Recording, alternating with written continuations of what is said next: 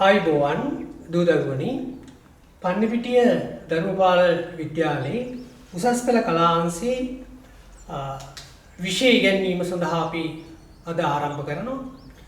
අද දේශපාලන විද්‍යාව විෂය යටතේ මම ඔබට ඉදිරිපත් කරන්නේ ප්‍රධාන මාතෘකාවක් වූ ශ්‍රී ලංකාවේ යටත්විත්ත පාලනය සහ එහි පරිවර්තන.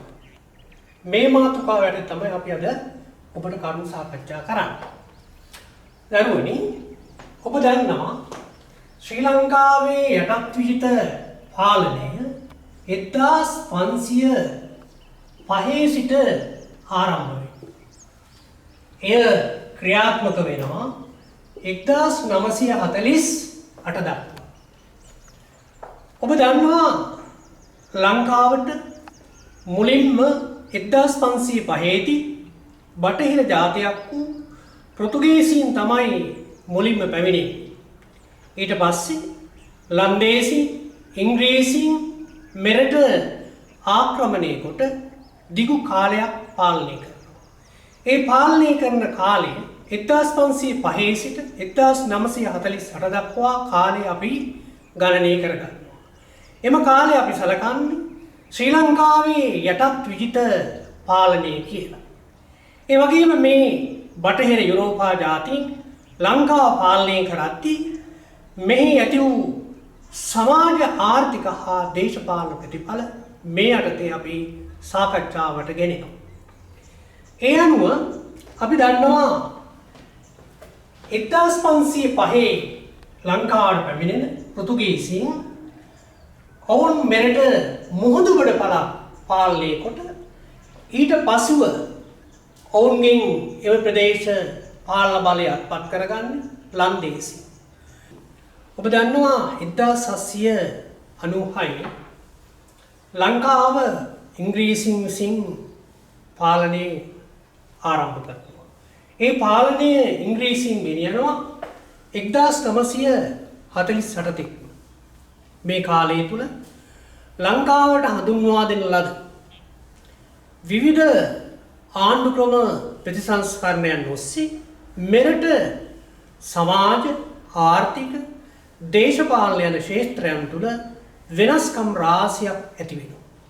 අන්න ඒ වෙනස්කම් තමයි අපි මේ මාතෘකාව යටතේ සලකා බලන්නේ.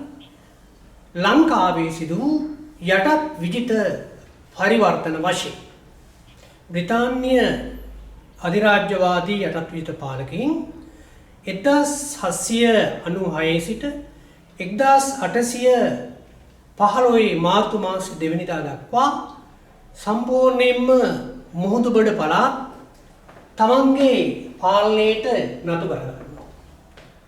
1796 සිට 1815 තෙක් 1815 මාර්තු මාස දෙවන දින කන්ද උඩරට ඓතිහාසික දිවිසුම තුලින් උඩරට රාජධානියේ පාලනයත් ඔවුන් අත්පත් කරගන්නවා. ඊට පසුව උඩරට සහ පහත රට මොවුන් ගෙනියන්නේ වෙන වෙනම පාලනය.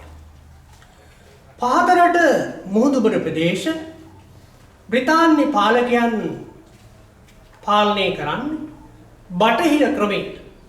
බටහිර නීති රීති යටතේ ඔවුන් එම ප්‍රදේශ පාලනය කරනවා. ඒ වගේම 1815 මාර්තු මාස 2 වෙනිදා සිට කන්ද උඩරට ගිවිසුම අනුව ඔවුන් උඩරට පාලන කටයුතු කරන්නේ ඒ පෙර පැවති වැඩවසම් පාලන ලක්ෂණත් සමග. නමුත් 1815 මාර්තු මාස 2 වෙනිදා සිට බ්‍රිතාන්‍යයන් උඩරට ගෙන ගිය පාලනය උඩරට සිංහල ජනතාවට එතරම් සුබදායක වුණේ නැහැ. ඒ නිසා 1818 දී ඌව වෙල්ලස්ස කැරැල්ල ඇති වෙනවා. ඌව වෙල්ලස්ස කැරැල්ලෙන් පස්සේ මොවුන් සම්පූර්ණ මේ කැරැල්ල මර්ධනය කොට ලංකාවේ උඩරට ප්‍රදේශයත් තමන් යටතට පාලනය යටතට ගන්න ඒ අනුව ඉංග්‍රීසීන් මොහොතකට පළාතත් ලංකාවේ උඩරට පළාතත් සම්පූර්ණයෙන්ම සිය අනසකටගෙන පාලන කටයුතු ක්‍රියාත්මක කරනවා. මේක ඇත්තටම දිත්ත පාලනයක ලක්ෂණ පෙන්වුම් කරන අවස්ථාවක්.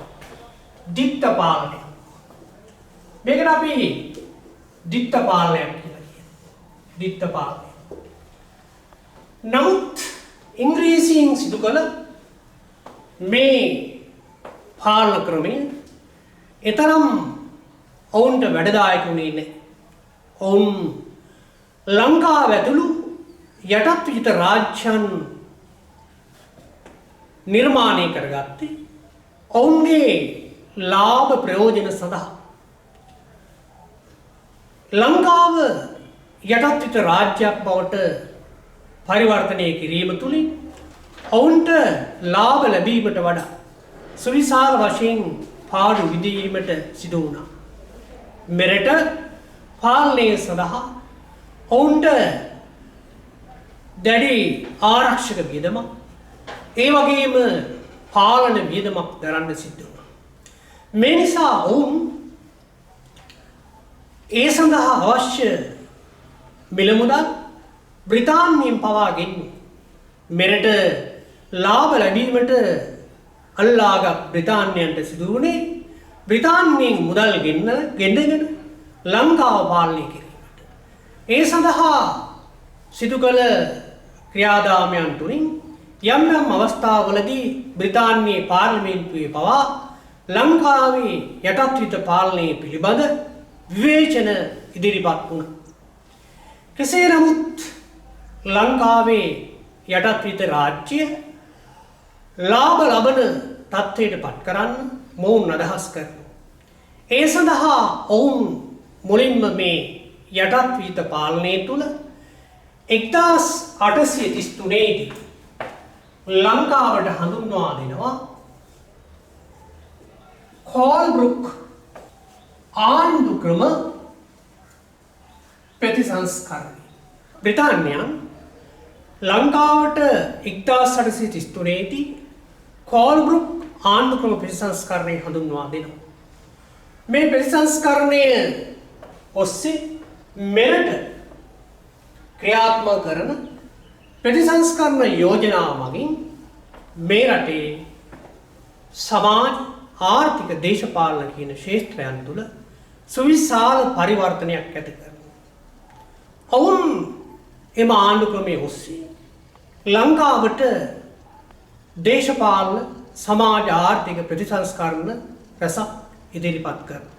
බ්‍රිතාන්‍යයේ අධිරාජ්‍යවාදී පාලකයන් ලංකාව ඇතුළු ලෝකයේ රාජ්‍යයන් 152ක් තම යටත් විජිතයන් බවට පත් කර ගැනීමේ මූලික අරමුණු තුනක් අපට හඳුනා ගන්න පුළුවන්.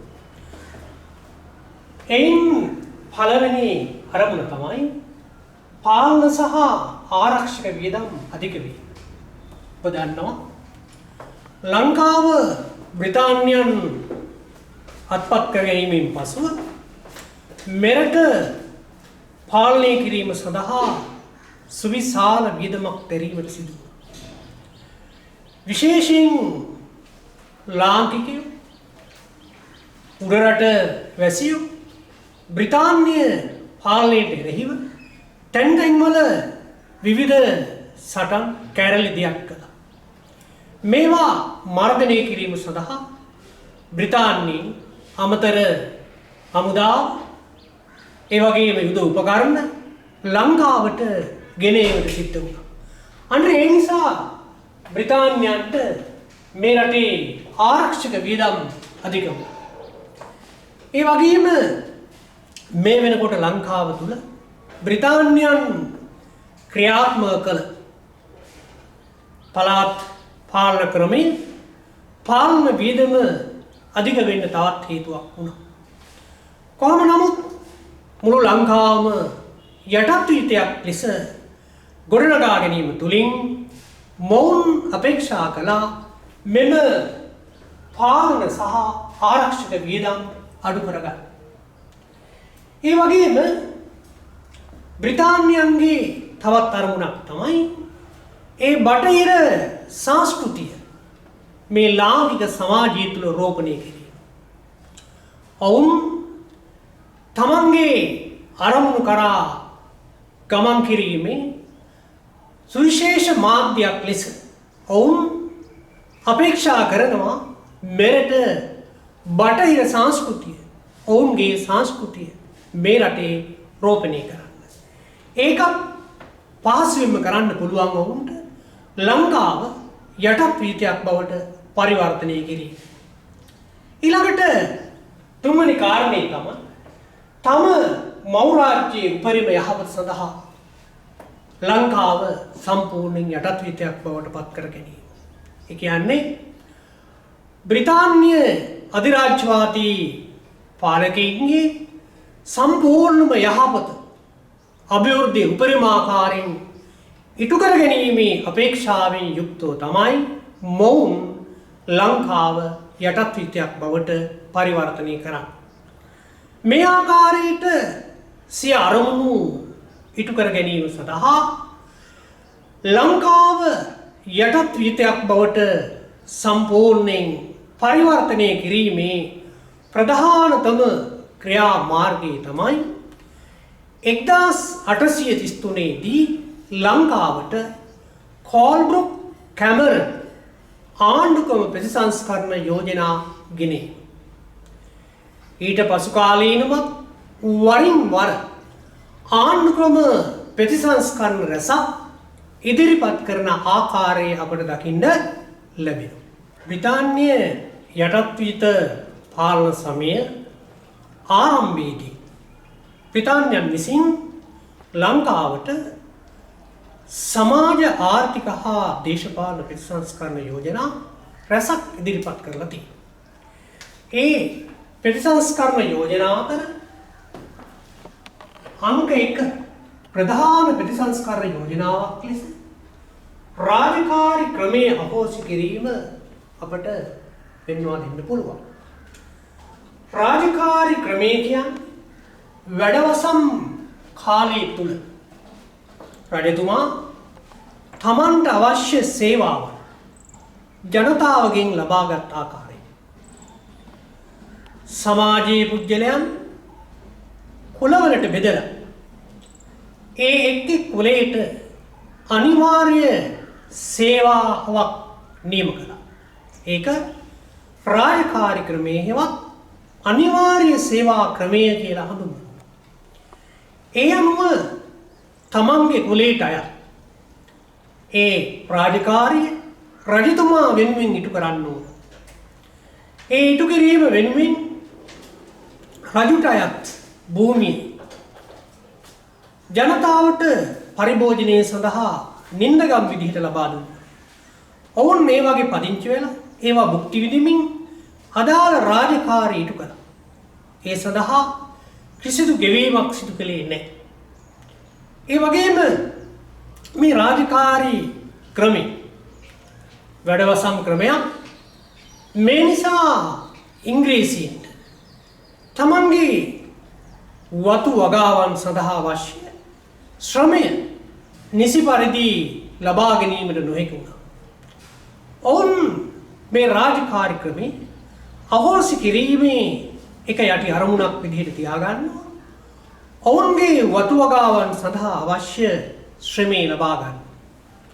නමුත් ඉංග්‍රීසි සඳහන් කරන්නේ වතු වගාව සඳහා අවශ්‍ය ශ්‍රමය ලබා ගන්න නෙමෙයි මේ රාජකාරී ක්‍රමය අහෝසි කරන්නේ. මේ රාජකාරී ක්‍රමය වහල් ක්‍රමයක්.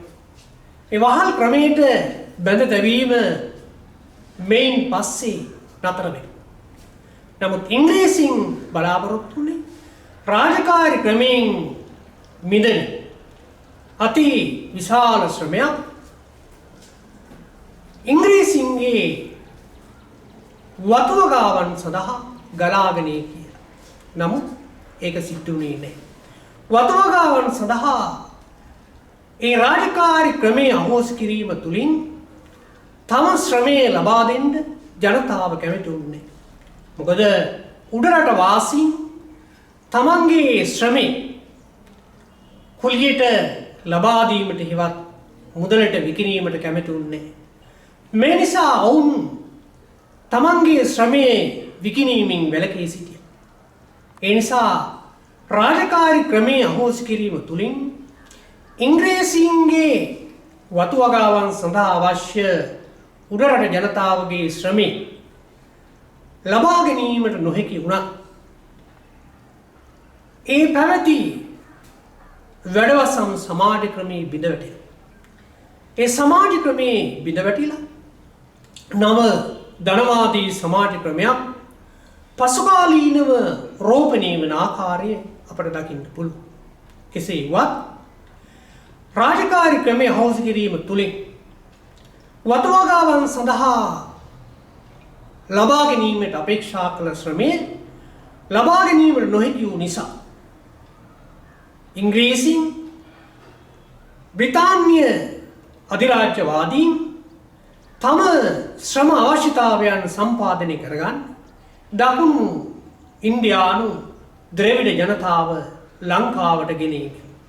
ඒ නිසා අපි දන්නවා පසුකාලීනව උඩරට වතුවගාවන් ආශ්‍රයෙන් පදිංචි වන මොවුන් මේ රටේ සමහර සමාජ ආර්ථික මෙන්ම පසුකාලීනව දේශපාලන ගැටලු වලටද මුල් වන බව. බ්‍රිතාන්‍යයේ යටත් විත පාලකයින් ලංකාවට ඉදිරිපත් කරන ලද ප්‍රතිසංස්කරණ යෝජනා අතර වැදගත් ප්‍රතිසංස්කරණ යෝජනාවක් ලෙස විවෘත වෙළඳපොළක් හඳුන්වා දීම දක්නට ලැබෙනවා. විවෘත වෙළඳපොළ කියන්නේ රජයේ වෙළඳ ඒකාධිකාරය අහෝසි කිරීම. මෙතෙක් ඉංග්‍රීසි ආණ්ඩුව විසින් සිදු කළ ආනයන අපනයන වෙළඳාම පෞද්ගලික අංශයටත් මේ අනුව විවෘත වෙනවා. ඒ නිසා රජයේ වෙළඳ ඒකාධිකාරය බිඳ වැටෙනවා. රජයේ වෙළඳ ඒකාධිකාරය වෙනුවට පෞද්ගලික අංශයේ වෙළඳාමක් ඉස්මතු වන ආකාරයේ දක්නට පුළුවන්. මේක එක්තරා ආකාරයක ධනවාදී අර්ථ ක්‍රමේ එක් ලක්ෂණයක් විදිහට අපට හඳුනා ගන්න ලැබෙනවා. මේ විවෘත වෙළඳපොළක් හඳුන්වා දීම තුළින් ඉංග්‍රීසි ආණ්ඩුව අපේක්ෂා කළේ වෙළඳාම සඳහා ඉදිරිපත් වන පුද්ගලයන්ගෙන් බදු අය කර ගැනීම තුළින් තම ලාභය වැඩි කර ගැනීම. ඒ සඳහා හොඳම ක්‍රියාමාර්ගය ලෙස මේ විවෘත වෙළඳපොළ ක්‍රමය ක්‍රියාත්මක කරන්න බ්‍රිතාන්‍යයන් මෙතෙන් සිට කටයුතු කරන ආකාරය දක්නට ලැබේ.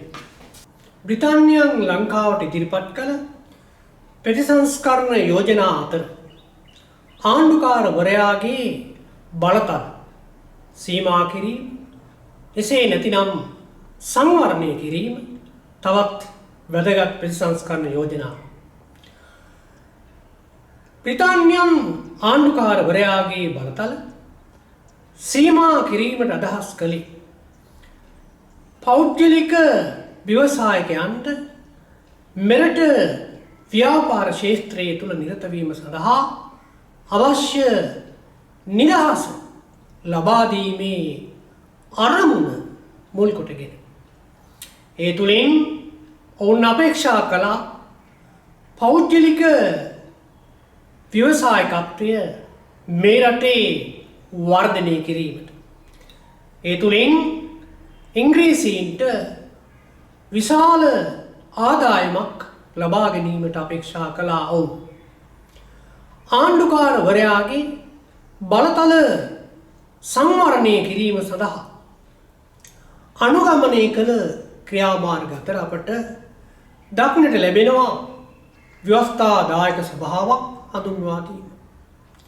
එමගින් ආණ්ඩුකාරවරයාට අවශ්‍ය නීති සම්පාදන කටයුතු වලදී සහයෝගය ලබා දීම අරමුණු කරගත්. ඒ වගේම ආණ්ඩුකාරවරයාගේ බලතල සංවර්ණය කිරීම සඳහා අනුගමනය කළ තවත් එක් ක්‍රියාමාර්ගයක් තමයි විධායක සභාවක් හඳුන්වා දීම. විධායක සභාව තුළින් ආණ්ඩුකාරවරයාගේ පාලන ප්‍රතිපත්ති තීරණය කිරීමට මෙන්ම ඒවා ක්‍රියාත්මක කිරීම සඳහා අවශ්‍ය සහයෝගය ලබා දීමට බලාපොරොත්තු වුණා. මේ ආකාරයට බ්‍රිතාන්‍ය පාලකයන් ඔවුන්ගේ ප්‍රතිසංස්කරණ යෝජනා අතර ආණ්ඩුකාරවරයාගේ බලය සංවර්ණය කොට එමගින් බ්‍රිතාන්‍යයන්ට අවශ්‍ය පාලන ක්‍රමයක් මේ රටේ ක්‍රියාත්මක කිරීම සඳහා කටයුතු කරන ආකාරය අපට දක්නට ලැබෙන. බ්‍රිතාන්‍යයේ පාලකයින් ඉදිරිපත් කළ ප්‍රතිසංස්කරණ යෝජනා අතර වැදගත් ප්‍රතිසංස්කරණ යෝජනාවක් ලෙස ද්‍රව්‍ය මගින් බදු ගෙවීම වෙනුවට මුදල් මගින් බදු ගෙවීම හඳුන්වා දීම දක්නට ලැබේ. වැඩවසම් යුගයේ තුල පවා විවිධ ද්‍රව්‍යයන් මගින් බදු ගෙවීම සිදු කළා. ඒ ක්‍රමය ඉංග්‍රීසීන් බැහැර කරන අතර ඒ ක්‍රමය වැඩවසම් ක්‍රමයක් බැවින් ඒ වෙනුවට මුදල් මගින් බදු ගෙවීම සඳහා ඔවුන් අවශ්‍ය විධිවිධාන යොදන ආකාරය දක්නට ලැබෙනවා. මේ යටතේ බ්‍රිතාන්‍යයන්ට විශාල බදු ආදායමක් ලබා ගැනීම ඔවුන් අපේක්ෂා කළා. එය විශේෂයෙන් ධනවාදී ආර්ථික ක්‍රමේ තවත් ආරම්භක අවස්ථාවක් ලෙස අපට හඳුනා ගැනීමට ලැබෙනවා. බ්‍රිතාන්‍ය පාලකයින් ඉදිරිපත් කළ ප්‍රතිසංස්කරණ යෝජනා අතර තවත් වැදගත් ප්‍රතිසංස්කරණ යෝජනාවක් ලෙස පළාත් ක්‍රමය ප්‍රතිසංශෝධනය කිරීම දක්නට ලැබෙනවා. බ්‍රිතාන්‍යයන් මෙරට පාලනය කිරීම සඳහා භාවිතා කළා පළාත් 16. මේ පළාත් 16 යටතේ පාලන කටයුතු ක්‍රියාත්මක කරද්දී ඔවුන්ට ඒ සඳහා විශාල නිලධාරීන් සංඛ්‍යාවක් මෙන්ම වියදමක් දැරීමට සිදු වුණා. මේ වියදම් අඩු කිරීමේ අපේක්ෂාව ඇතිව ඔවුන් පළාත් 16 පහ දක්වා අඩු කරනවා.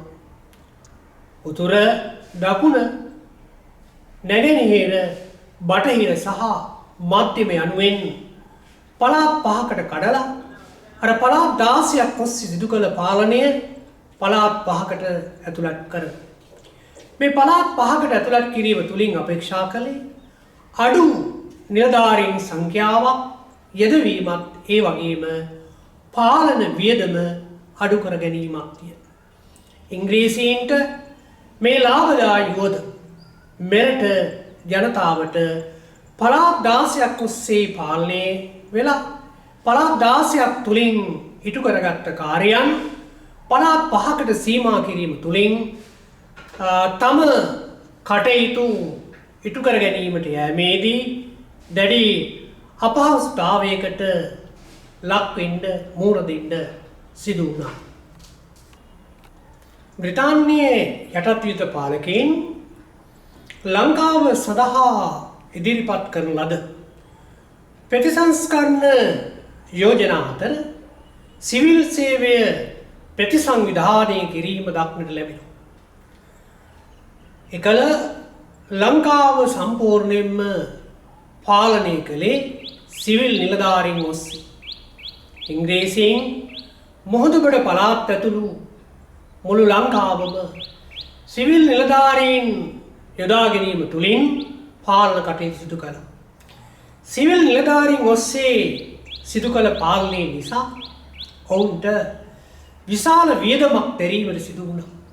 මේ වියදම අඩු කර ගැනීමේ අභිලාෂය ඇතිව මෙන්ම එම සිවිල් නිලධාරීන් වතුවගාවන් සඳහා මෙරට යොමු කිරීමේ අපේක්ෂාවෙන් යුක්තව සිවිල් සංවිධානයේ ප්‍රතිසංශෝධනය කරනවා.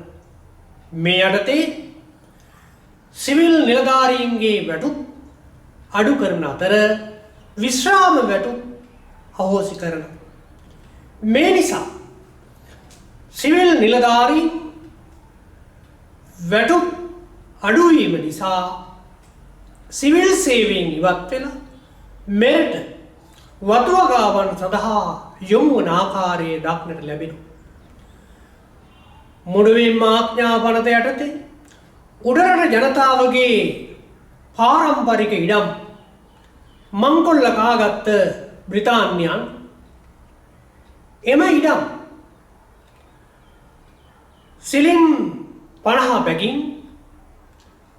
ඉංග්‍රීසි නිලධාරීන්ට වතු වගාවන් සඳහා අලෙවි කරන බොහෝ නිලධාරීන් සිවිල් සේවයෙන් ඉවත් වෙලා ඒ වතු වගාවන් වල යෙදීමට අවශ්‍ය ඉඩම් මිලදී ගන්න.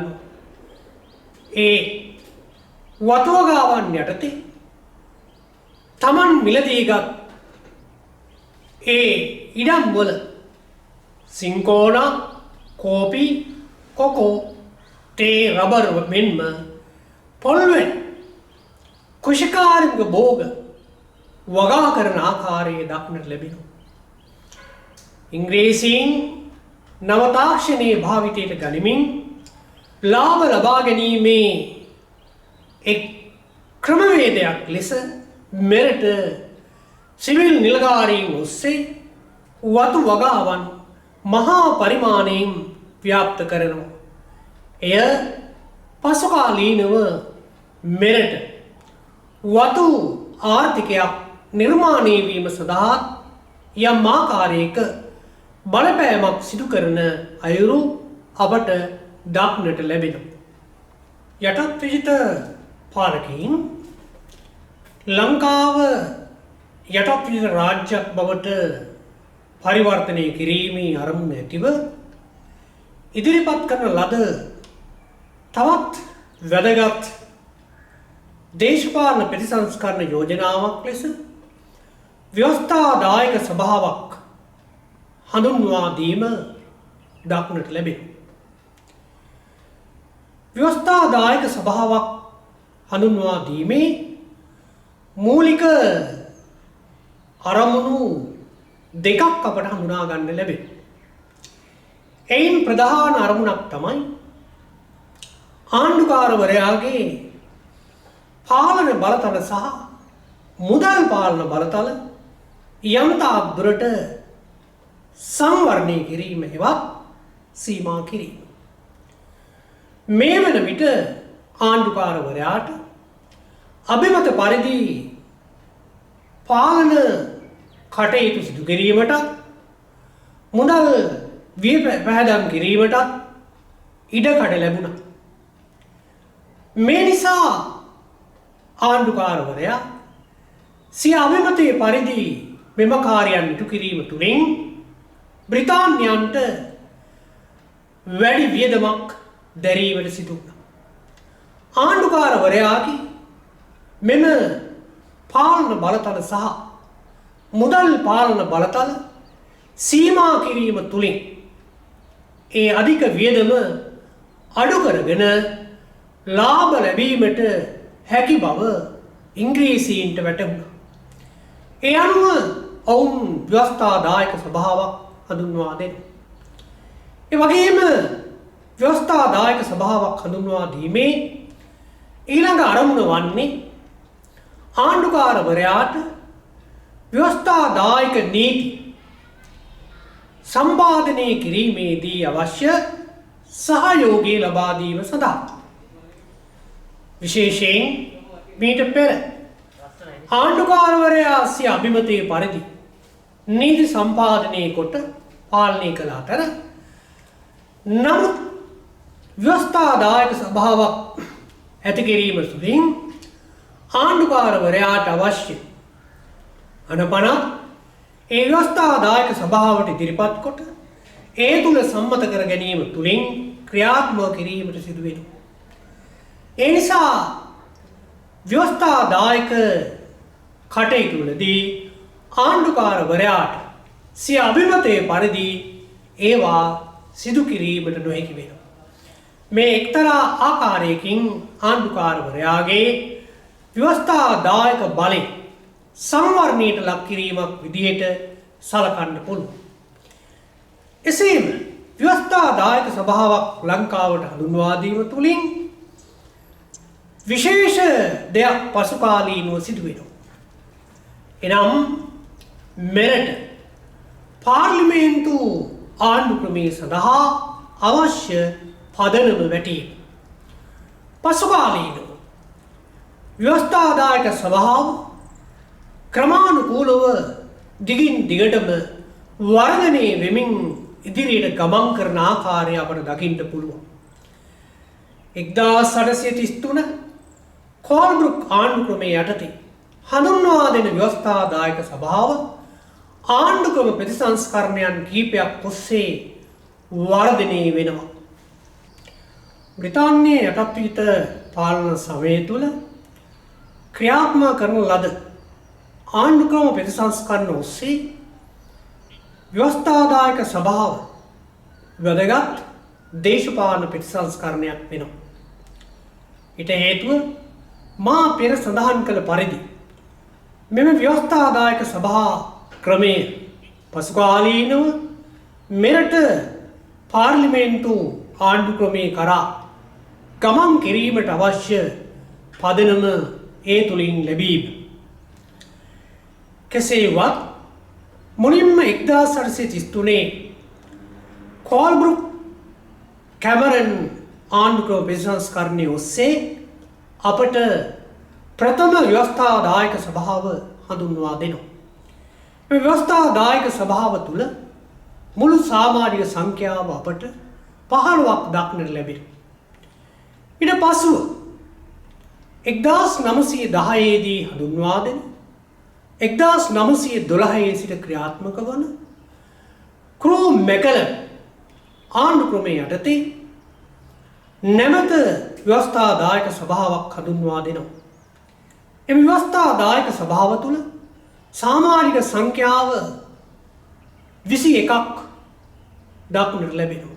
ඒ කියන්නේ 1833 ව්‍යවස්ථාදායක සභාවේ 15ක් වූ සමාජික සංඛ්‍යාව 1910-12 ක්‍රූ මෙකලම් ආණ්ඩු ක්‍රමයේ වෙනකොට එය 21ක් දක්වා වර්ධනය වෙනවා. ඊට පසුව බ්‍රිතාන්‍ය පාලකයන් විසින් ලංකාවට 1920-21 මැනින් ආණ්ඩු ක්‍රම ප්‍රතිසංස්කරණය හඳුන්වා දෙනවා.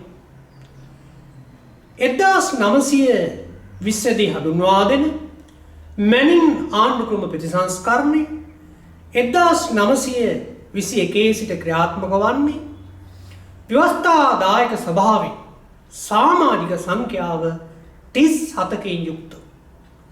ඒ කියන්නේ 1833 සමාජිකයන් 15කින් ආරම්භ වූ ව්‍යවස්ථාදායක සභාව 1910 වන විට 27 දක්වා වර්ධනය වෙලා. ඊට පස්සේ 1920-21 මැනින් ආණ්ඩු ක්‍රමය වෙනකොට එය වර්ධනය වෙනවා සමාජික සංඛ්‍යාව 37 දක්වා. ඊට පසුව ලංකාවට නැවත ආණ්ඩු ක්‍රම ප්‍රතිසංස්කරණයක් හඳුන්වා දෙන්නේ 1929 ඒ මැනින් ඩෙවොන්සයා ආණ්ඩු ක්‍රම ප්‍රතිසංස්කරණය. මෙම ආණ්ඩු ක්‍රම ප්‍රතිසංස්කරණය හඳුන්වා දීමේදී සුවිශේෂ ලක්ෂණයක් ලෙස අපට දක්නට ලැබෙනවා ව්‍යවස්ථාදායක සභාවේ සමාජික සංඛ්‍යාව 49 දක්වා වර්ධනය වෙනවා. එම සමාජික සංඛ්‍යාව 49 දක්වා වර්ධනය වෙන විට ඒ ඔස්සේ මෙරට ප්‍රජාතන්ත්‍රවාදී දේශපාලන අංග ලක්ෂණද වර්ධනය වෙන ආකාරය දක්නට ලැබෙනවා. ඒ ආරම්භ වන්නේ 1910-12 ක්‍රූ මෙකලම් ආණ්ඩු ක්‍රමයේ සිටමයි. එම ආණ්ඩු ක්‍රමයේ යටතේ සීමිත ඡන්ද බලයෙන් නියෝජිතයන් 4 දෙනෙක් ව්‍යවස්ථාදායක සභාවට පත් කර. ඊට පසුව 1920-21 මැනින් ආණ්ඩුක්‍රමයේ වන විට එම සමාජික සංඛ්‍යාව ඡන්දින් පත් කළ සමාජික සංඛ්‍යාව වර්ධනය වෙනවා 16 දක්වා. ඒ වගේම 1929 ව්‍යවස්ථාදායක සභාවේ 49ක් ඉන්නවා. ඒ 49 37 දෙනෙක්ම පත්වන්නේ සීමිත ඡන්ද බලයෙන්. මේ ආකාරයට අපට දක්නට ලැබෙනවා ව්‍යවස්ථාදායක සභාව ක්‍රමානුකූලව ප්‍රජාතන්ත්‍රවාදී අංග ලක්ෂණ සමගින් වර්ධනය වෙමින් ඉදිරියට ගමන් කරන බව.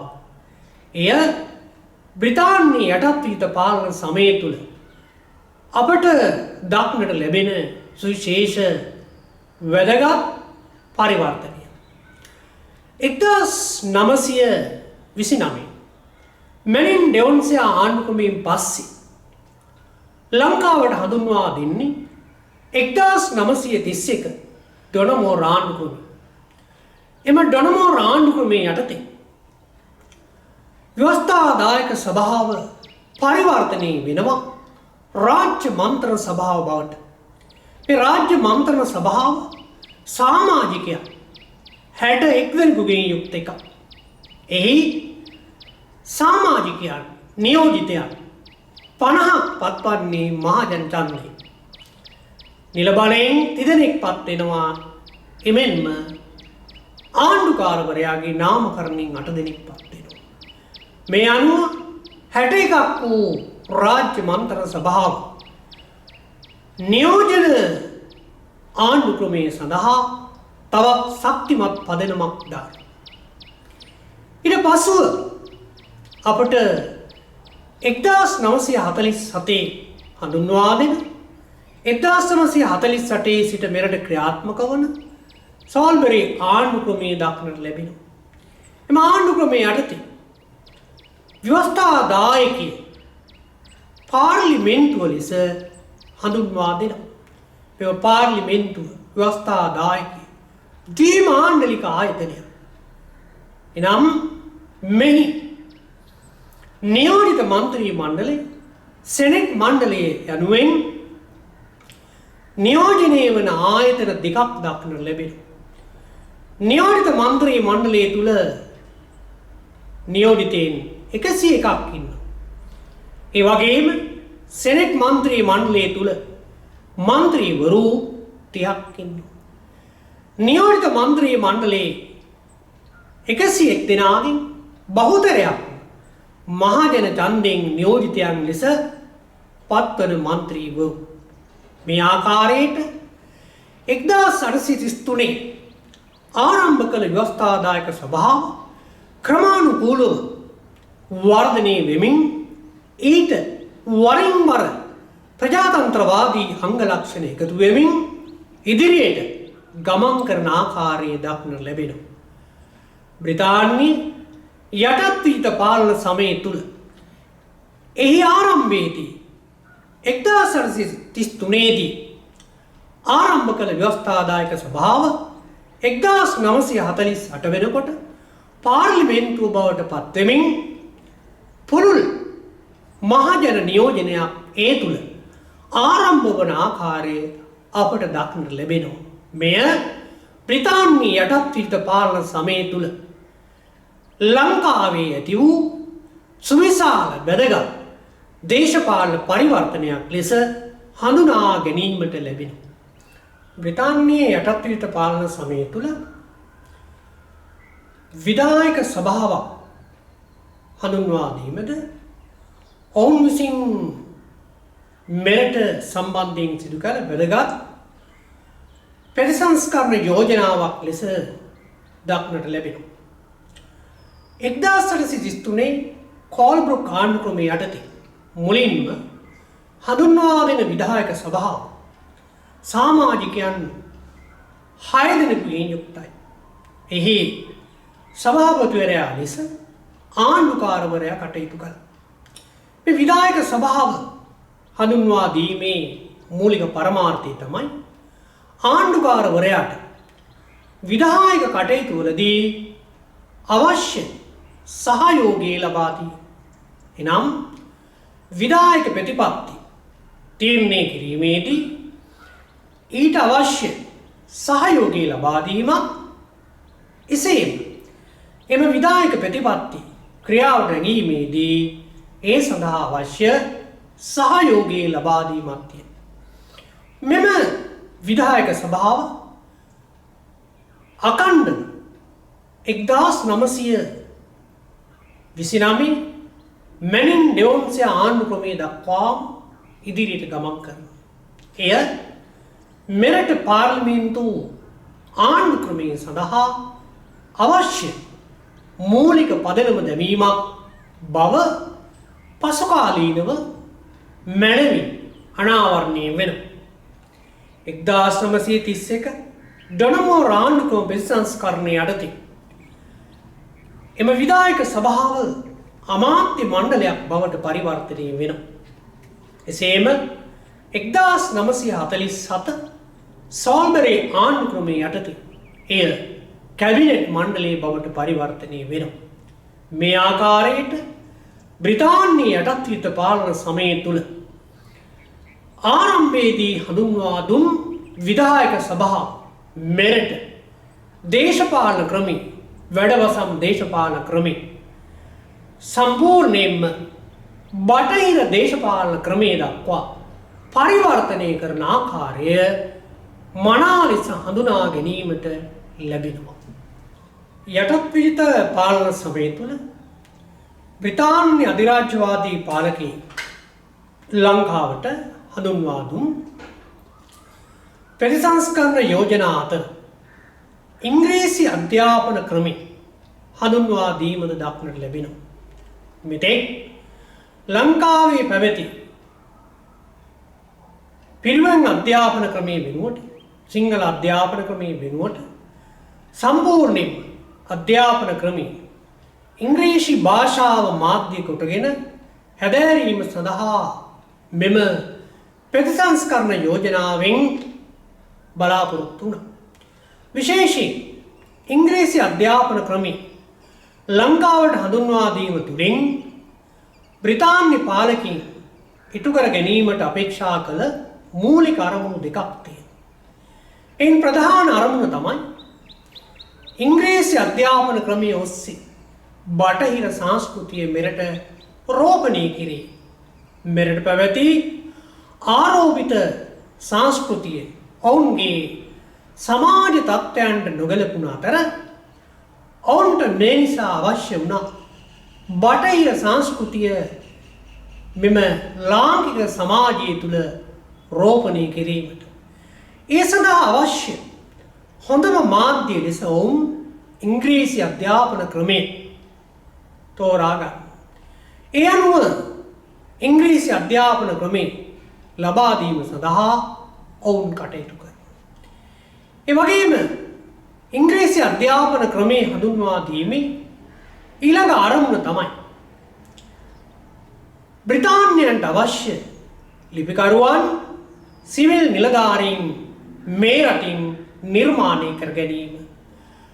බ්‍රිතාන්‍ය ජාතිකයන්ට වැඩි වැටුපක් දීලා ලබා ගන්නා වූ එම සේවාවන් වලට වඩා අඩු වැටුපක් ලබා දීලා එම සේවය ලාංකිකයන්ගෙන් සම්පූර්ණ කර ගැනීමට ඔවුන් අපේක්ෂා කරනවා. ඒ අනුව ලංකාවේ ඉංග්‍රීසි අධ්‍යාපන ක්‍රමය ව්‍යාප්ත කිරීම තුළින් බ්‍රිතාන්‍යයන්ට අවශ්‍ය ලිපිකරුවන් සිවිල් නිලධාරීන් ලාංකිකයන් තුළින් බිහි කර ගැනීමට අපේක්ෂා කරන.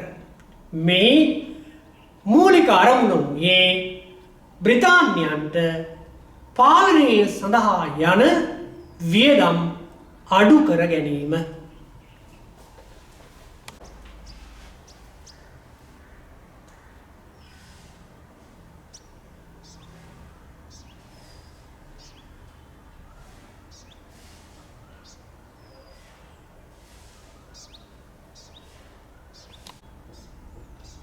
බ්‍රිතාන්‍යයේ යටත් වියට පාලන සමය තුළ ලංකාව සඳහා ආරම්භයේදී ඉදිරිපත් කළ තවත් වැදගත් ප්‍රතිසංස්කරණ යෝජනා කීපයක් අපට දක්නට ලැබෙනවා. එම ප්‍රතිසංස්කරණ යෝජනා අතර රාජ්‍ය සේවකයින්ට ව්‍යවසායක කටයුතු වල නිරත වීමට ඉඩකඩ ලබා දීම ප්‍රධාන එක. ඒ කියන්නේ බ්‍රිතාන්‍ය පාලකයින් තමන්ට අවශ්‍ය ලාභ ලැබීම සඳහා රාජ්‍ය සේවකයන්ට පෞද්ගලික ව්‍යාපාරික කටයුතු වල නිරත වීමට ඉඩකඩ ලබා දෙනවා. මෙතෙක් ඒ සඳහා ඔවුන්ට පැවති නීතිමය සම්බාධක ඉවත් කොට ඒ සඳහා අවශ්‍ය නිදහස ලබා දෙනවා. ඒක බ්‍රිතාන්‍යයන් ලාභ ලබා ගැනීමේ උපක්‍රමයක් ලෙස ඉදිරිපත් කළ යෝජනාව. ඒ වගේම අපට දකින්න පුළුවන් බ්‍රිතාන්‍යයන් බදු අය කළා මුනි. ඒ මුලින්ම බදු අය කළේ ඍජු විදිහට. ඒ ඍජු බදු ක්‍රමය වෙනුවට වක්‍රාකාරයෙන් බදු අය කිරීමේ ක්‍රමයක් ඔවුන් හඳුන්වා දෙනවා. ඒ අනුව විශේෂයෙන් භාණ්ඩවලින් ඍජුව අය කළ බදු ක්‍රමය නතර කොට මුදල් මගින් ව්‍යාපාරිකයන්ගේ පුද්ගලයන්ගේ වක්‍ර ලෙස බදු අය කරන ක්‍රමයක් ඔවුන් ක්‍රියාත්මක කරනවා මේ යටතේ. එහි බලාපොරොත්තුවත් අධික ලාභ ලැබීම. ඒ වගේම යටත් විට පාලන සමය තුළ බ්‍රිතාන්‍යයන් ක්‍රියාත්මක කළ තවත් ප්‍රතිසංස්කරණ යෝජනාවක් තමයි වෙළඳ භාණ්ඩ සඳහා තීරු බදු අඩු කිරීම. ආනයන අපනයන භාණ්ඩ සඳහා තීරු ගාස්තු අඩු කළා. විශේෂයෙන් මෙරට නිෂ්පාදිත අමුද්‍රව්‍යයන් අපනයනය කිරීමේදී එමෙන්ම බ්‍රිතාන්‍යයෙන් ලංකාවට ආනයනය කළ අනිකුත් රටවලින් ලංකාවට ආනයනය කළ වෙළඳ භාණ්ඩ සඳහා අය කළ තීරු බදු අඩු කළා. විශේෂයෙන් මෙයින් බ්‍රිතාන්‍යයන් අපේක්ෂා කළේ මෙරට ආනයන අපනයන වෙළඳාම වැඩි දියුණු කිරීම තුළින් උපරිම ලාභ ලබා ගැනීම. මෙය ඇත්ත වශයෙන්ම ධනවාදී අර්ථ ක්‍රමේ තවත් මූලික අංග ලක්ෂණයක් ලෙස අපට මෙම බ්‍රිතාන්‍ය යටත් හිත පාලනය තුළ හඳුනා ගැනීමට ලැබෙනවා. ශ්‍රී ලංකාවේ බ්‍රිතාන්‍ය යටත් විත පාලන සමය තුළ ඉදිරිපත් කළ ප්‍රතිසංස්කරණ යෝජනා අතර තවත් වැදගත් ප්‍රතිසංස්කරණ යෝජනාවක් ලෙස අධිකරණ ක්‍රමය ප්‍රතිසංවිධානය කිරීම හඳුනා ගන්න ලැබෙනවා.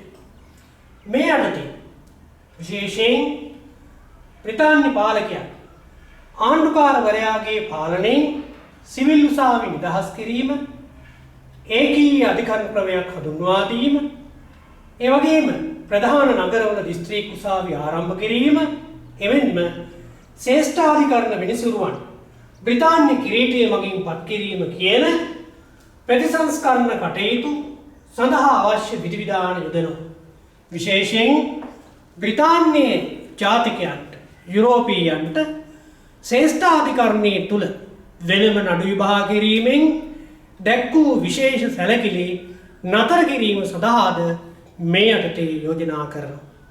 මේ ආකාරයට බ්‍රිතාන්‍ය යටත් විත පාලන සමය තුල ලංකාවේ විශාල පරිවර්තනයන් රැසක් සිදුවන ආකාරය අපට හඳුනා ගන්නට ලැබෙනවා.